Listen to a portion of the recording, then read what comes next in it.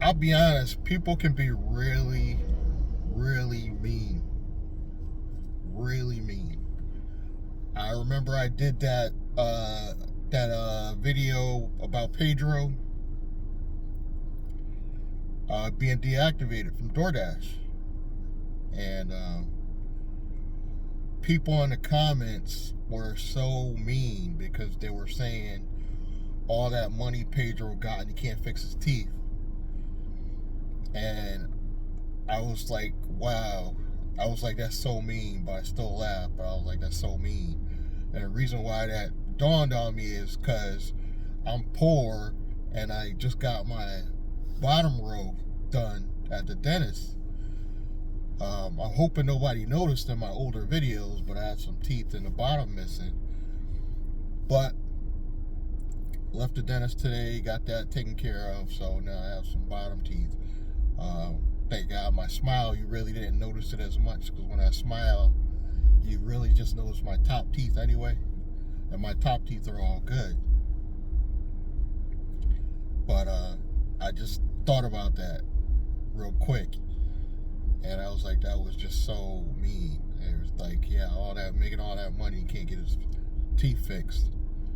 But Pedro, I watched this video lately, today, and of course the main topic is delivery is, like I've been telling everybody, delivery's worse than rideshare. Worse. I don't do delivery, I'm not gonna lie. I believe the rideshare professor said he doesn't do delivery. I believe he said he tried it. I never even tried it. I just seen videos of you guys doing it, and I'm like, why would I want to do more work and make even less money? It doesn't even matter what company, DoorDash, Uber Eats. It doesn't matter what company you go with, they all are scamming. And the example Pedro showed was, I forget how many miles, but it seemed a pretty long trip, and they were gonna pay $3, $2.80, not even $3 full dollars. It was like $2.80 something cents, no tip. They're gonna have to, like, quite a bit of miles. I forget how many miles it was. It was something ridiculous. But people will be all in my comments talking about I should do delivery over rideshare, and I'm like, why? Why? I don't understand. It's more work. As just doing rideshare, I don't have to get out the car at least. At least. That's probably the only good thing about it. And with the low tier, I won't get out. I would not, call me what you want to call me, but I don't get out the car to put stuff in the trunk for Uber X passengers. Now, if I was on a higher tier, maybe Comfort and Up, I think I would. I would actually treat it as such. Or private clients, I would treat it as such and get out, put the stuff in the trunk. But not for these Uber X passengers. Most of them don't even tip. Why would I go extra? So I just pretty much pop the trunk, because if you got a car 2016 and up, you should have something to pop the car right inside the car. You don't have to get out. Trunk's open. They do their thing. And you still, if you're like me, you still get tips. So I just don't see delivery is got to be going to hell. I don't even know how Pedro even does it. It's got to be going to hell right now. And all I'm seeing, drivers, for passengers, we're not getting that much more, but we're doing a little bit less work, if that makes sense. Now, on all my channels, everybody's on me about niching down, niche down, niche down. So I decided I'm going to niche down. I'm going to build a business where I show you guys how to do the private rideshare business from the perspective of somebody that lives in Connecticut. How to physically steal Uber and Lyft passengers, convert them.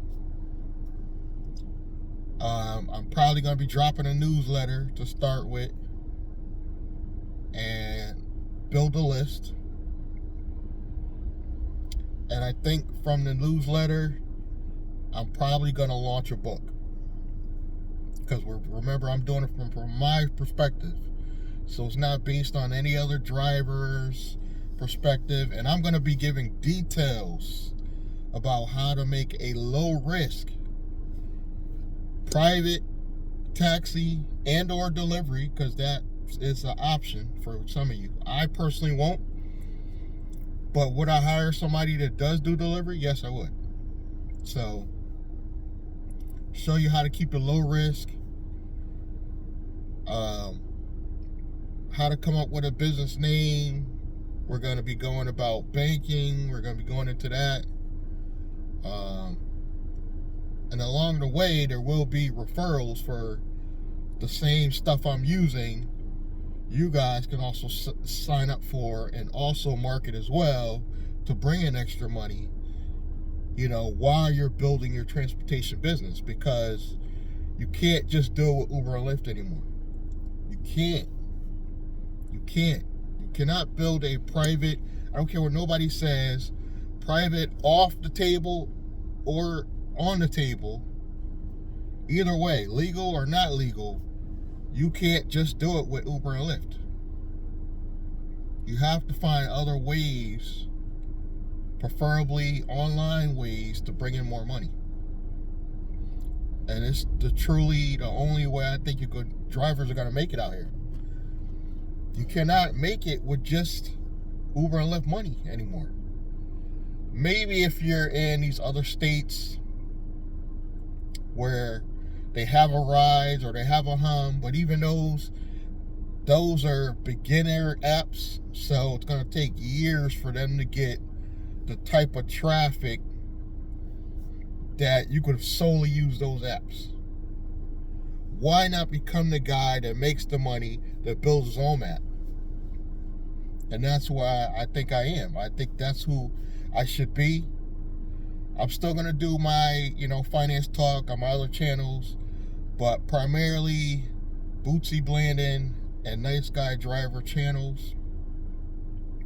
I'm going to focus on that, showing you guys my journey to come up with the business name, everything, licenses, what's needed to do taxi, private deliveries. We're probably going to do some stuff with courier. I'm sure people are going to want to know some stuff about non-emergency transport services, how to make all that legal, what insurance companies. This newsletter is going to be jam-packed with that information. And we're going to start with the newsletter, but it might turn into a book, because this is my journey, and it's also going to give me more content to put out, more content for you guys. So I'm always going to have something to talk about. It's not like I'm going to run out of things to talk about or discuss, because even if I go part-time, like I'm part-time probably about 6 hours now, but even if I just go to just the weekends, I'm still going to have stuff to talk about, because Uber and Lyft simply sucks. It really does. But some of us enjoy driving. Let's keep it real. Some of us, even though we hate our boss, we enjoy driving, and that's where we get our traffic source. But we're going to be talking about how to build our own traffic source, how to build private rides. I've been doing it for a minute, and it's easy thanks to Uber and Lyft prices being so damn high. It's easy now. Really easy. Because their rates are so high. A town not far from New Britain, Burlington Turnpike, closer to like Berlin, a lady in one of the hotels, there's a lot of hotels on Burlington Turnpike, and she was telling me that her ride from Burlington Turnpike, Berlin, to downtown New Britain was gonna be, they was gonna charge her something like $78. It was a rainy day.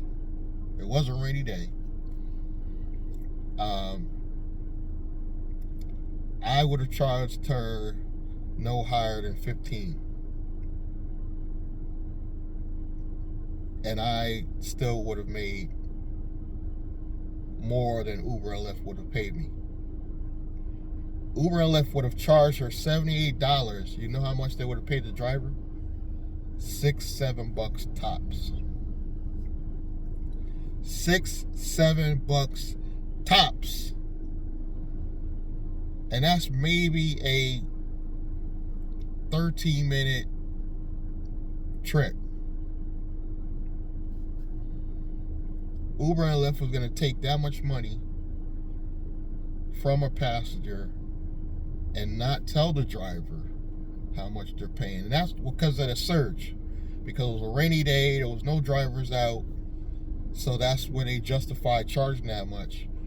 But the surge that the driver would have got was maybe extra $2 more. So maybe $10. You could have charged the person $15 easy, got the whole $15, and you would have been happy.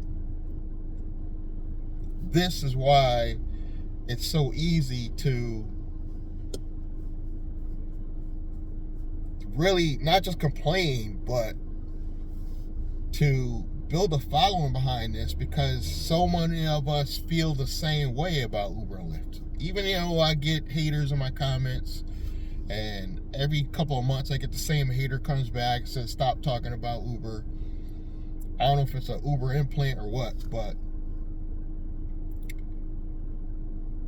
this is a core group of people that want a better life and still be able to drive.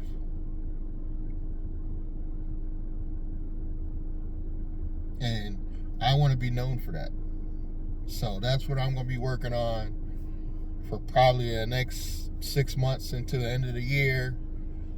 And I will let you guys know, of course, when that newsletter will drop. If you're seeing this on YouTube, look in the description. I don't know, they're trying to hide it. I know YouTube be playing games. Look in the description, and it will be in the description box when I'm ready to launch that. And check out my other offers. Thank you guys for your continued support. I know some of you been with me for the long haul. Some of you been with me so long you noticed when my bottom teeth was missing. You noticed it. But I'm hoping things are going to get better. I mean, I am going to be talking about grants over on the finance channel. If you're not seeing this on one of those channels, particularly Blandrake and Shania Business, we got to be doing some stuff, yo. We got to get some grants to help fund this. That's what we're going to be doing. That's what we're going to be talking about all year. I put my foot down. That's what I'm not known for AI. This is where I'm coming up with all this. I'm not really known for AI. I'm known for being the rideshare guy, but I gotta have something else outside of just being a rideshare guy. So I want to be the business coach that shows you guys how to go private and how to bring some digital products in the mix to make more money. That's who I am. That's what I'm going to start teaching. But again, thank you guys for your support. Please, if you want to help support the channel, It's as simple as subscribe, like, comment, and I'm going to see you guys in the next one. Thank you.